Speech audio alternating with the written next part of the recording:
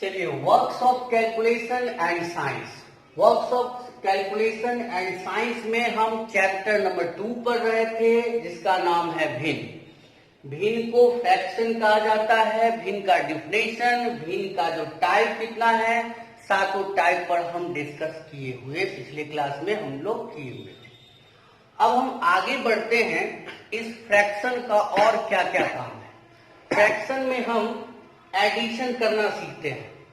Addition करना भी देखने में तो बहुत सारा छोटा सा पॉइंट लग रहा है कि ये तो हमको आता ही है सर, क्यों बता रहे हैं, लेकिन नहीं, एक सिस्टम है। जिस सिस्टम को अभी नहीं बताएंगे तो जिस समय प्रॉब्लम होता है तो उस समय कहिएगा कि सर फ्रैक्शन पढ़ाए थे तो उस समय एडिशन कहाँ बताए थे, आज प्रॉब्लम हो रहा है। इसलिए थोड़ा सा एक सिस्टम से जाते हैं, ज्यादा नहीं बताएंगे, एक दो एग्जाम्पल करके बताते हुए आगे बढ़ जाएंगे। तो फ्रैक्शन में हमको एडिशन, जोड़ना, कैसे जोड़ा जाता है दो फ्रैक्शन को, इसको सीखेंगे। जैसे हम एक क्वेश्चन लेते हैं, क्वेश्चन नंबर फर्स्ट। जैसे मान लेते हैं कि 4/, यहाँ 3 ले लिए प्लस यहाँ 2/5 ले लिए। यदि दो फ्रैक्शन को ऐड करने के लिए कहा जाए तो नीचे वाले को हम एलसीएम लेते हैं, तो दोनों का एलसीएम हो जाएगा 15 हो जाएगा। 3 पंचे 15, 5 का 20। नीचे वाले से डिवाइड किया जाता है, जो बचता है उसको ऊपर वाले से मल्टीप्लाई कर देते हैं। 3 पंचे 15, 5 का 20। 5 तिया 15 और 3 दूना 6। अब दोनों को हम ऐड करेंगे तो कितना हो जाएगा, 26/50। यदि ये कटेगा तो हम यहाँ काट के जो बचेगा वो इसका आंसर होगा, नहीं कटेगा तो यही इसका आंसर हो जाएगा। तो इस तरह से क्या है कि हम एडिशन करना सीख गए। अब हम आते हैं नेक्स्ट में सब्सट्रैक्शन। सब्सट्रैक्शन क्या होता है इसके बारे में हम अभी बताएंगे आपको।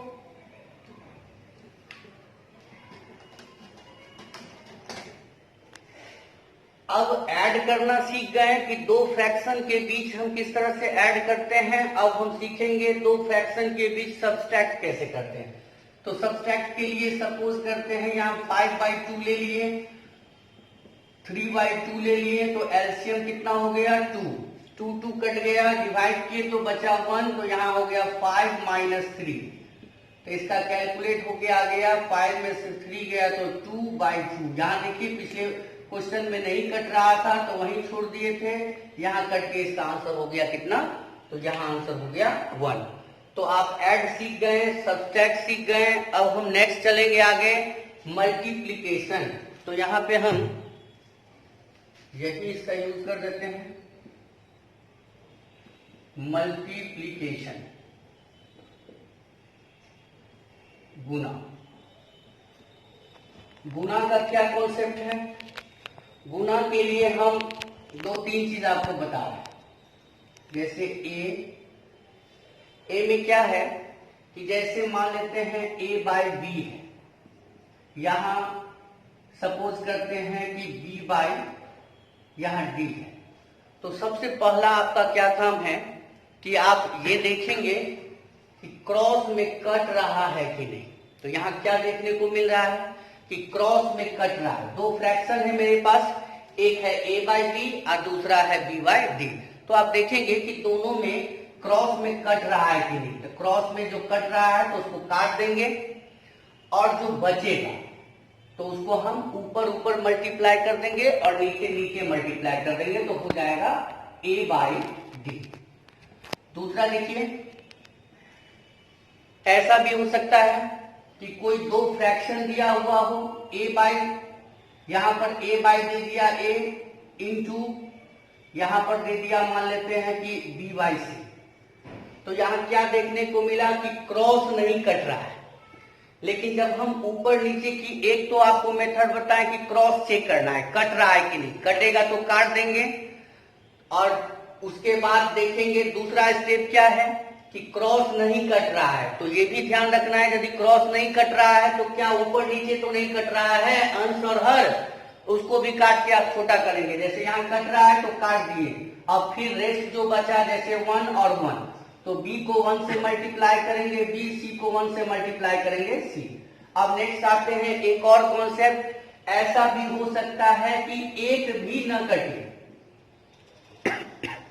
यहां देखिए एक भी न कटे, हम क्रॉस चेक कर रहे हैं तो नहीं कट रहा है, ऊपर नीचे चेक कर रहे हैं तो नहीं कट रहा है। ऐसे कंडीशन में हम ऊपर ऊपर मल्टीप्लाई कर देंगे और नीचे नीचे मल्टीप्लाई कर देंगे, दैट मीन्स दिया। तो यहां पे क्या है, तीन कंडीशन देखने को मिलेगा। जब भी भिन्न गुना हम बनाएंगे, भिन्न का गुना हम जब भी बनाएंगे तो आपको तीन ही कंडीशन देखने को मिलेगा, न चौथा कंडीशन है न कभी फ्रैक्शन में देखने को मिलेगा। चाहे आप कोई भी टाइप का सवाल, कोई भी टॉपिक मैथमेटिक्स का बनाते होंगे तो भिन्न गुना में ये तीन चीज देखने को मिलेगा। ठीक है, जैसे कि हम एक एग्जांपल, एक डिजिट लेकर दिखाते हैं। 15 बाय मान लेते हैं 7 है, इंटू यहां पर दे दिए मान लेते हैं कि 3 बाय दे दिए 5। अब यहां देखिए 5 से इसको काटेंगे तो 5 किया 15, अब तो क्रॉस नहीं कटेगा, ऊपर नीचे भी देख लीजिए नहीं कटने वाला है तो इंटू कीजिए। मतलब इस क्वेश्चन में क्या हुआ, इसका रूल हम अप्लाई किए, फिर देखें कि ऊपर नीचे काट के कट रहा है कि नहीं, तो नहीं कटने वाला था तो थर्ड हम यूज करेंगे क्या, ऊपर ऊपर मल्टीप्लाई, 3 किया 9 और 7 5 तो बचा नहीं, सिर्फ 7 बचा तो 7 हो गया, तो 9 बट्टे कितना हो गया 7। इस तरह से हम ऐड, सब्सट्रैक्ट और मल्टीप्लिकेशन तीन चीज सीखे। एक और सीखेंगे हम भाग सीखेंगे।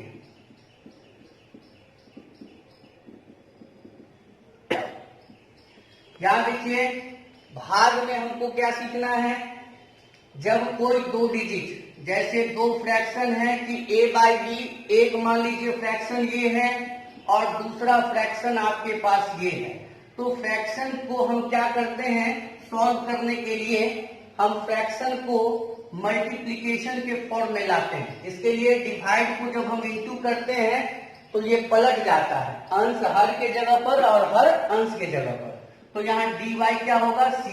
तो ये क्या हो गया, भाग जो था भिन्न भाग, उसको भिन्न गुना में चेंज कर लिए। और भिन्न गुना का रूल आपको पता, हम पहले ही बता चुके हैं कि भिन्न गुना का जो 3 फॉर्मेट होता है उस फॉर्मेट को यहाँ पर अप्लाई करेंगे, कटने वाला तो नहीं है तो ऊपर ऊपर इंटू कर देंगे तो हो जाएगा AD बाई BC। इस तरह से क्या करेंगे, हम डिवाइड बनाएंगे, थोड़ा सा एक डिजिट वाला ले लेते हैं, जैसे 7 बाई 5 डिवाइड 3 बाई 2, तो 7 बाई 5 इंटू 2 बाई 3 तो इक्वल्स टू हो जाएगा, कटेगा तो नहीं, तो 7 गुना 14, 5 किया 15। देखिए आप ऐसा नहीं समझिएगा कि सर इतना छोटा छोटा डिजिट लेकर जोड़ घटाव क्यों सिखा रहे हैं। यहाँ हम, मेरा ये उद्देश्य नहीं था कि छोटा छोटा डिजिट लेकर आपको भिन्न जोड़ क्यों सिखा रहे हैं। यहाँ मेन उद्देश्य ये था कि मैं आपको इस भिन्न का कॉन्सेप्ट बता रहा हूँ, भिन्न का काम बता रहा हूँ, भिन्न का रोल बता रहा हूँ कि पूरे मैथमेटिक्स में टॉपिक कोई भी होगा तो वहां फ्रैक्शन का यूज होगा। तो फ्रैक्शन को हम नहीं समझेंगे ठीक से तो उस वक्त में आपको फिर कैसे हम समझाएंगे वहां पर कि ये फ्रैक्शन है, ये फ्रैक्शन का ऐड है, सब्सट्रैक्ट है, मल्टीप्लिकेशन है, डिवाइड है, कैसे बताएंगे हम। और ये बात हम वहां चर्चा करेंगे तो वहां बेटर नहीं होगा, उतना डिफाइन करके नहीं बता पाएंगे। इसलिए हम चाहते हैं कि जब फ्रैक्शन चैप्टर चल रहा है तो फ्रैक्शन में कोई भी पार्ट न बचे। ठीक है, चलिए भिन्न में हम रूपांतरण करना भी सीखेंगे कि भिन्न को कभी कभी चेंज करने के लिए कहा जाता है। क्या चेंज करने के लिए कहा जाता है, यहाँ जैसे नंबर 1, कभी कभी देखिएगा कि कोई फ्रैक्शन दिया रहेगा, भिन्न दिया रहेगा और उस भिन्न को कहेगा सरलतम रूप में लिखे। ये सरलतम रूप है क्या, जैसे कि यहां पर दे दिया, मान लेते हैं कि 100 दे दिया और यहां दे दिया आपको 25, तो इतना को सरलतम रूप में लिखे, रूप में लिखे। ये सरलतम रूप है क्या, सरलतम रूप मतलब हो गया इस फ्रैक्शन का सबसे छोटा रूप। अब छोटा रूप कैसे आएगा?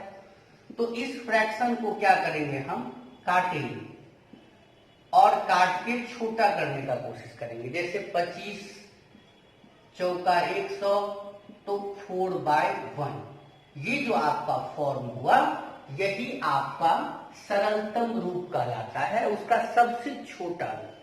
ठीक है, समझ में आ रहा है? ये सबसे छोटा रूप मतलब उसको काट कर फ्रैक्शन में ही रखना है उसको। सरलतम रूप का मतलब उसका छोटा रूप, उसको फ्रैक्शन में ही रखना है। दूसरा लेते हैं। दूसरा कहा जाएगा कभी कभी क्या कि भिन्न को दशमलव रूप में बदले।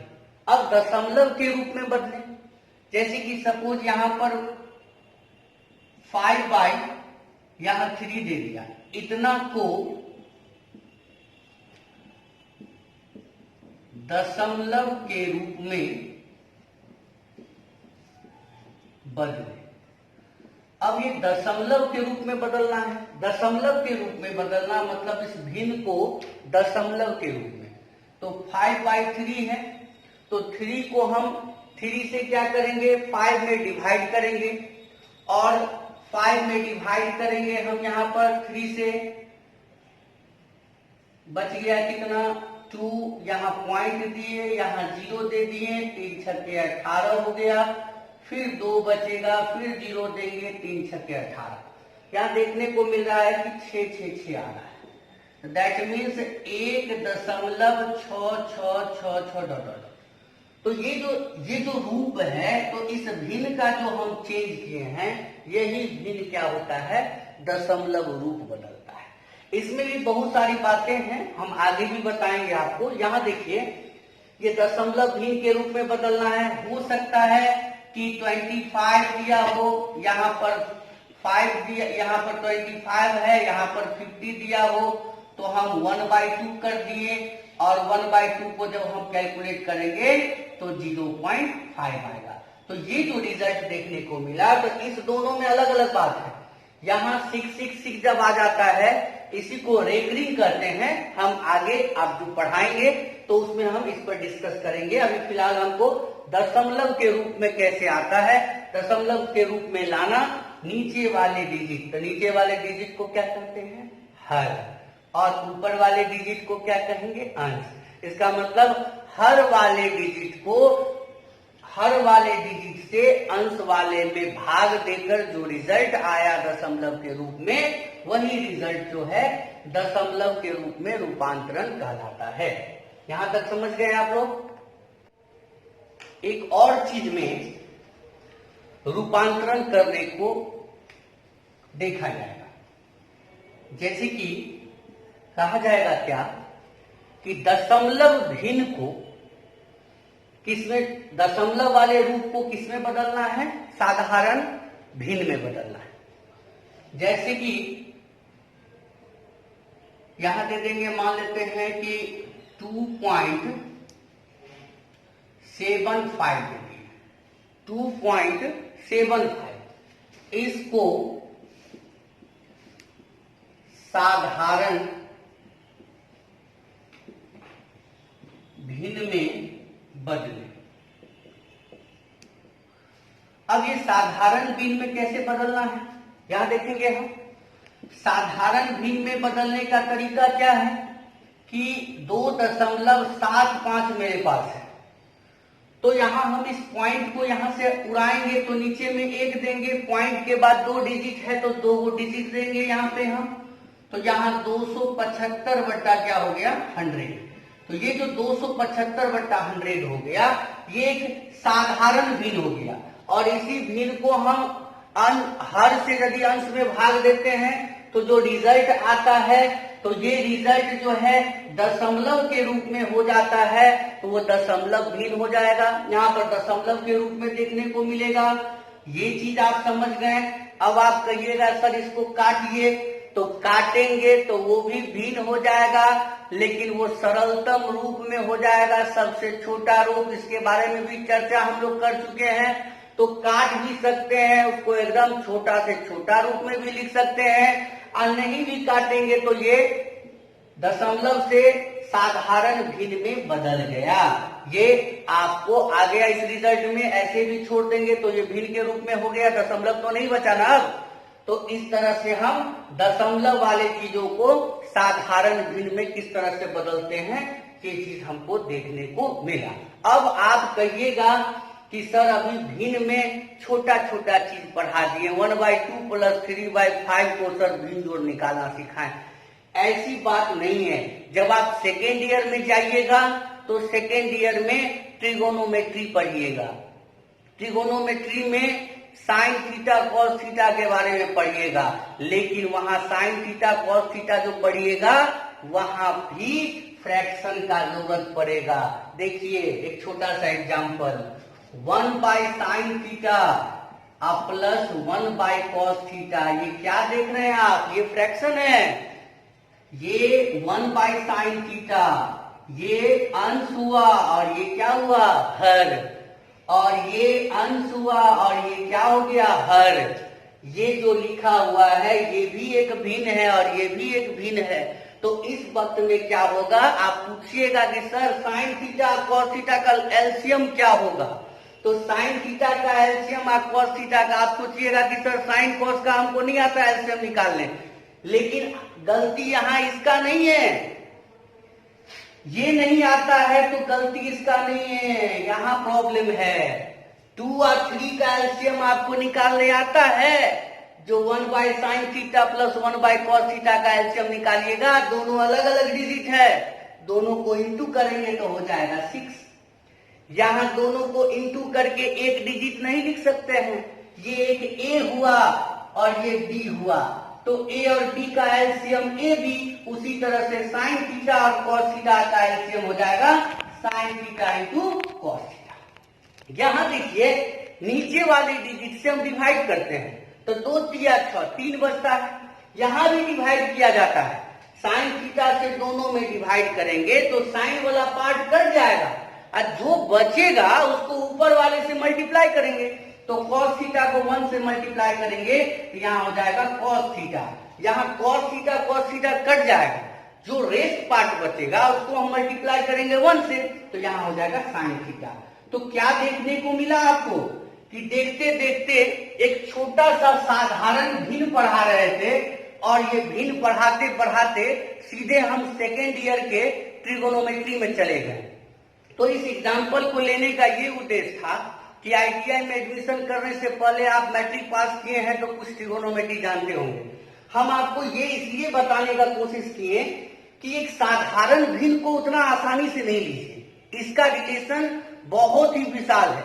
हर जगह हर टॉपिक को पढ़ते वक्त में इसका यूज होता है, और यहाँ जो आप नहीं सॉल्व कर पाते हैं वो भिन्न का बढ़िया तरह से नॉलेज नहीं होने के कारण आपको वहां समस्या होता है, उसमें कोई प्रॉब्लम नहीं रहता है। अब हम आगे बढ़ते हैं, चलिए आगे बढ़ते हैं।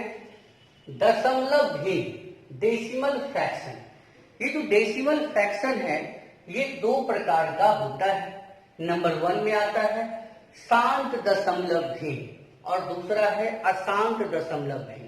ये शांत क्या होता है और अशांत क्या होता है?